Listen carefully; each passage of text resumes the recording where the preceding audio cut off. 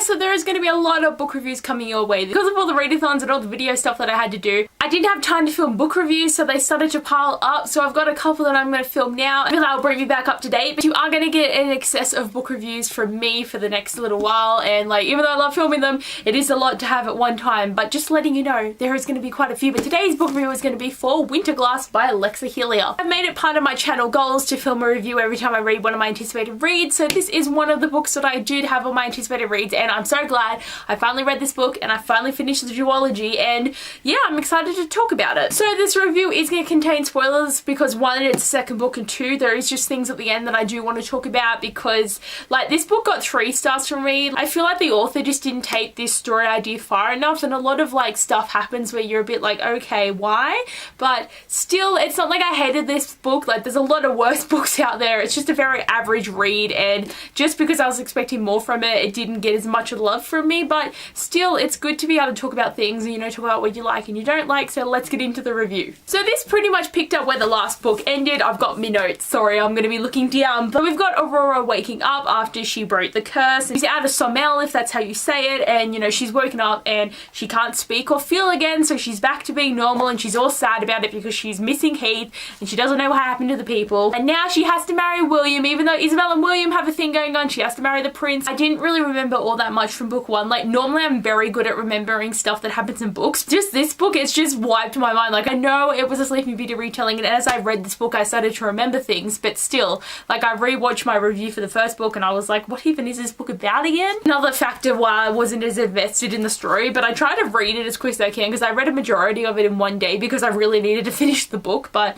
yeah. And so as I was saying, Aurora has come back to the palace and princess life, and it just feels really empty to her now because she felt like she had a purpose when she was in the dreamland and she had people that she cared about, and she just always felt like she was overlooked because she never made any sound or felt anything. So a lot of people just push her away most of her life, and now that she's had a taste for people noticing her, she kind of hates it now, what her life is. When survivors of the attack pop up everywhere and she can speak to them, like the magic for some reason still works with them so they can speak and she can feel them. She leaves the palace, she runs off, she says, Isabel, you be the queen, and she goes off to try and find Heath and trying to help the people because like she feels purpose with these people, and it's the only place that she feels safe and normal. And she wants to go to Malfur and try to like make a deal, but she is this like ultimate fae bitch queen, so she ain't gonna be making a deal. So Aurora stupidly gets herself captured. She's training with this group of ladies who were like from Sommel. They all got this big plan of how they're gonna win against the biggest, baddest, evilest queen out there. They think they can just get there with some knives, which does not go well. So everyone dies except for Aurora and Ren, who is the girl that she's with. Then Malfoy starts experimenting on Aurora with dark magic, and after a couple of weeks, Aurora doesn't feel anything anymore. Like literally, she has become a monster. And she kills a lot of people and she fights a lot of people. And then you find out that she experimented on Heath, so now Heath's this monster,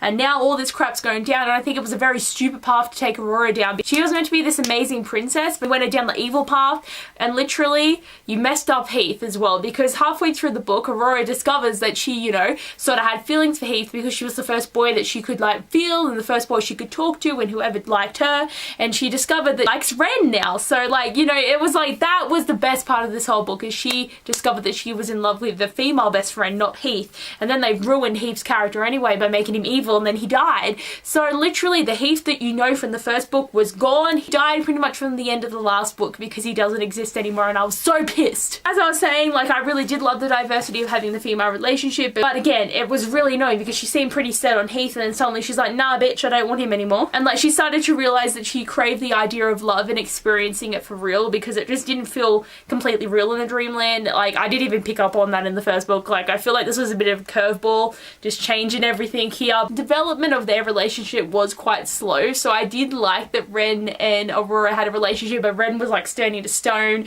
because of some curse and shit.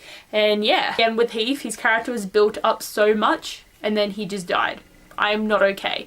And everything I'm saying, because like this review was one of those weird ones because I've got my notes in order, but I'm keep like pulling from everywhere, so I'm just all over the place, and I'm sorry. And I have to say, I thought so much more could have been done with Isabel's character. I wasn't even shocked by like her plot reveals because I just didn't care anymore because they already ruined Heath, they already ruined Aurora. I really felt like her mother was going to end up being Belcour, but it was her grandmother, so it was very close. Like the way that she was talking about this child all the time in the first book was Isabel's mother, and I was so excited about that. But then you find out that her mother was off like killing demons in the sea, and she died just the year before. Like literally, she was alive for most of Isabel's life. The minute she goes to find her, she dies, and I'm just like, come on. The last slipper of being the Cinderella thing was really nothing in the end, and it was way too easy to kill Malfoy. Like Isabel just gives her the shoe, and then while Malfoy is going a bit crazy, she just stabs her. Like she's blind. How does she know where she is? And also the fact that Isabel ended up being half fae and her power was wishing, because throughout the book, every time she wished for something, it magically came true. She's all like, I'm only going to make one more wish in my life, which is for Aurora to find true love or find happiness. It's like you could wish your sight back. You could wish for food for your kingdom. She could wish for any amount of things to help people, but no. You gotta wish for love for your sister who already has that. Just saying, Isabel and William's relationship was literally just nothing. I'm so annoyed. I felt it was good in the first book and developed okay. Like in my first review, I said it was too quick, but looking back on it, I feel like it wasn't. Like there was quite a lot of like build up to it, and the way that it was kind of like, you know, she was just like yelling at him all the time to make him do things, and then he just fell in love with her. But the relationship in this book was just weird, like because, you know, she's there and she's like, you're gonna marry Aurora, and then next minute they're married and they're in love, and then they're apart for the rest of the book, right? And then every scene that they see each other, they just have sex because, you know, that's what you do now. And it's just like, oh my god, why? Like you can't even have a conversation. It's like the minute you see each other, you just gotta bam. And then they break up at the end of the book because William's brother is alive and Isabel doesn't want to go to William's kingdom to help him. And Isabel's pregnant and has a baby girl, and I'm like, dude, you broke up with him, you're married to him, you broke up, you have a baby together, like why are you breaking up? Like I just didn't get that. It just felt like it ended with absolutely no closure. And also we have Gilbert, or Gil, who turned into a vulture at the end of book 1, which I completely forgot about. So when he pops up and he's in there with Aurora, and he's the nice vulture who's all like, ooh, I'm gonna try and help you kind of feel to him, like he's a little bit better than all the other ones. I'm just like, really? And I thought it was gonna be such a big thing and it was gonna come to play, but then she just snapped out of it, and like Aurora and him ran off, and then suddenly they're fighting in the battle and it was nothing. The fact that he's still really in love with Isabel, even though Isabel married some other dude. His brother was some dude who had kids, and then they had to kill that guy.